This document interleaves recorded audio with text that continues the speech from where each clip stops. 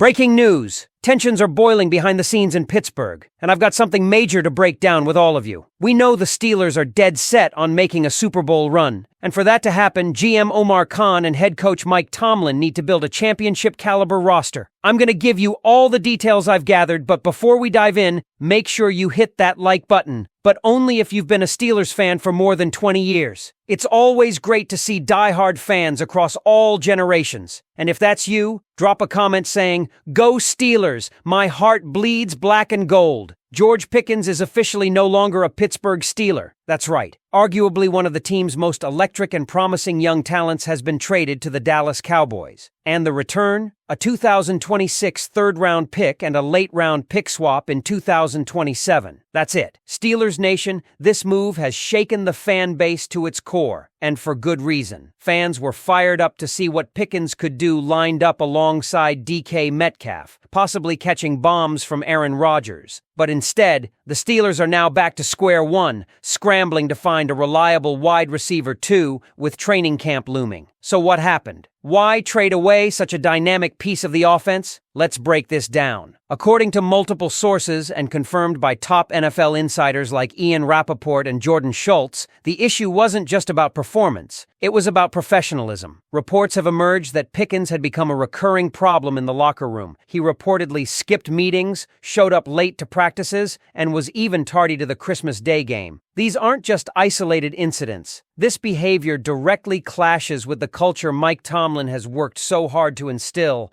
a culture rooted in accountability, preparation, and team-first mentality. The coaching staff, and especially Tomlin, had apparently grown tired of Pickens' attitude and inconsistent effort, on and off the field. Whether it was his lack of hustle on blocking assignments, complaints about targets, or frequent sideline outbursts, the front office had seen enough. They didn't just trade a player, they removed a presence they no longer believed fit the standard. Now here's the real concern. The timing of this trade couldn't be worse. Free agency is basically dried up. The draft is already over. This isn't like trading Deontay Johnson last year when you had time to find a replacement. Right now, the Steelers don't have a clear wide receiver two lined up. If the plan is to roll with Robert Woods, who was WR5 for the Texans last year, or Calvin Austin III, who was largely ineffective, then someone in that front office needs to take a long look in the mirror. This move also sends mixed signals about the team's direction. The Steelers are still actively pursuing 41-year-old Aaron Rodgers. They're preparing to make TJ Watt the highest-paid edge rusher in the league. They're holding on to core veterans like Cam Hayward and Minkah Fitzpatrick. Everything suggests this is a win-now roster, but you don't send away one of your best playmakers for a pick 2 years down the road if your focus is winning now. And that's what makes this so puzzling. How does this help convince Aaron Rodgers to come to Pittsburgh? Imagine being Rodgers, trying to win one more ring, and the team you're considering just gave away one of its top weapons. The message it sends is confusing at best, demoralizing at worst. Rodgers would be right to call up Tomlin and ask, "What's the plan here? Are you really trying to win now?" The Steelers now find themselves in a dangerous spot. With no viable WR2, opposing defenses can easily double DK Metcalf. The deep ball threat that Rodgers thrives on? Gone. Offensive spacing? Compromised. And the pressure on the front office to find a replacement? Immense.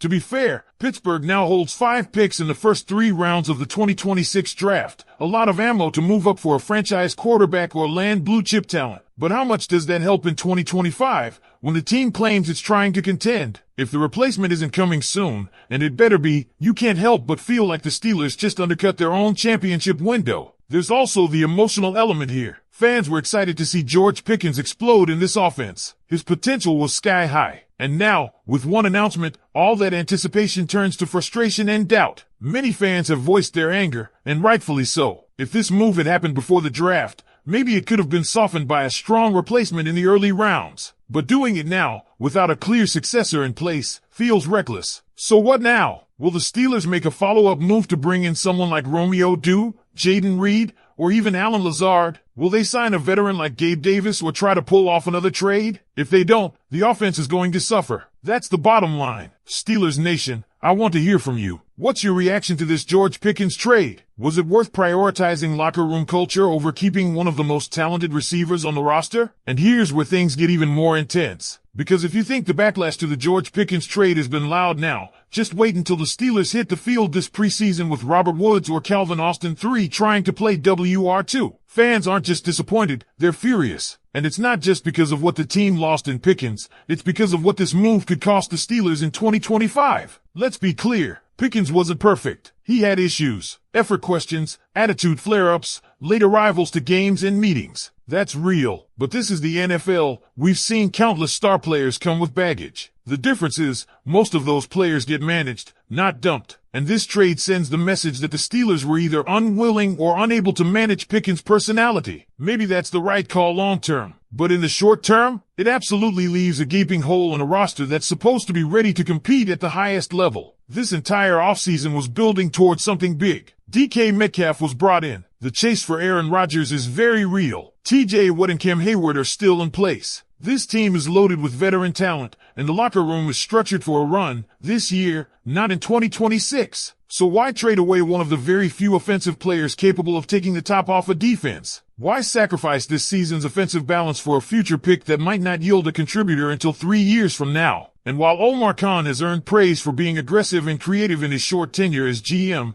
this trade feels like a gamble that could blow up in his face. The success of this move depends entirely on what comes next. If a legit WR2 walks through that door in the next couple of weeks, maybe fans will calm down. Maybe Rodgers still signs. Maybe the offense stays lethal. But if that doesn't happen, then this is going to go down as one of the most baffling and poorly timed trades in recent Steelers memory. And again, there are ripple effects everywhere. This trade doesn't just impact the WR room. It affects the quarterback situation. It affects game planning. It affects how defenses line up. And let's not forget, DK Metcalf came here expecting to play next to George Pickens. That's part of what made this offense so attractive. Now, defenses will lock in on Metcalf, knowing there's no real threat opposite him. The run game gets tighter. The play-action game becomes less effective. The entire balance of the offense shifts, and not in a good way. And what does this say to the rest of the locker room? Veterans like Watt, Fitzpatrick, and Hayward are all pushing hard for one last shot at a championship. They don't want to hear about 2026 draft picks. They want to win now. And if they start feeling like the front office isn't fully aligned with that goal,